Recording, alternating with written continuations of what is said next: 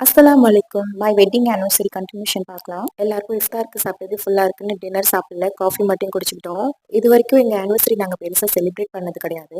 அதுவும் 2 ஃபேமிலியும் ஒண்ணா இருந்து நாங்க அப்படி பண்ணது கிடையாது. ஸோ என் பேரண்ட்ஸும் வருவாங்க. இங்கே வந்து என் மாமியாங்க, அவங்க சிஸ்டர், அப்புறம் என்னோட சிஸ்டர் இன்லா இவங்கலாம் வீட்ல இருந்தாங்க. ஸோ எல்லாரோட கொஞ்சம் ஹாப்பியா செலிப்ரேட் பண்ணலான்ட்டு இருந்தேன். கேக்லாம் நானே ரெடி பண்ணி அப்படி ஒரு மைண்ட் செட்ல இருந்தேன். பட் திடீர்னு வந்து ஹஸ்பண்ட் வந்து கிளம்புற மாதிரி போயிடுச்சு வெளியில. இது வீடியோல என்ன பாக்குறீங்கன்னா, இது லாஸ்ட் இயர் நாங்க வந்து கொடைக்கானல் போயிருந்தோம். அப்பயும் நாங்க வந்து பிளான் பண்ணிலாம் போல.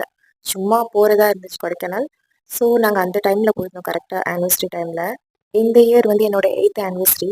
இன்ஷால்லா எப்போதான் வந்து நான் ஆசைப்படுற மாதிரி செலிப்ரேட் பண்றேன்னு பார்ப்போம். ஹஸ்பண்ட் தான் சொன்ன மாதிரி அன்னைக்கு டே முடியறதுக்குள்ள வந்துட்டாங்க. 11:30க்கு வந்திருந்தாங்க நைட்டு. வீட்ல எல்லாரும் தூங்கிட்டாங்க. நானும் சிஸ்டர் இன் லா மட்டும் தான் முழிச்சிருந்தோம். சொன்ன மாரியே வந்துட்டேன் பாத்தியான்னு சொல்லிட்டு இருந்தாங்க. என்ன இருந்தாலும் அந்த டே முடிஞ்சிருச்சு. பட் இதுலயும் ஏதோ நல்லது இருக்குன்னு நினைச்சுக்க வேண்டியதா. நெக்ஸ்ட் வீடியோல பார்க்கலாம். Take care. பாய்.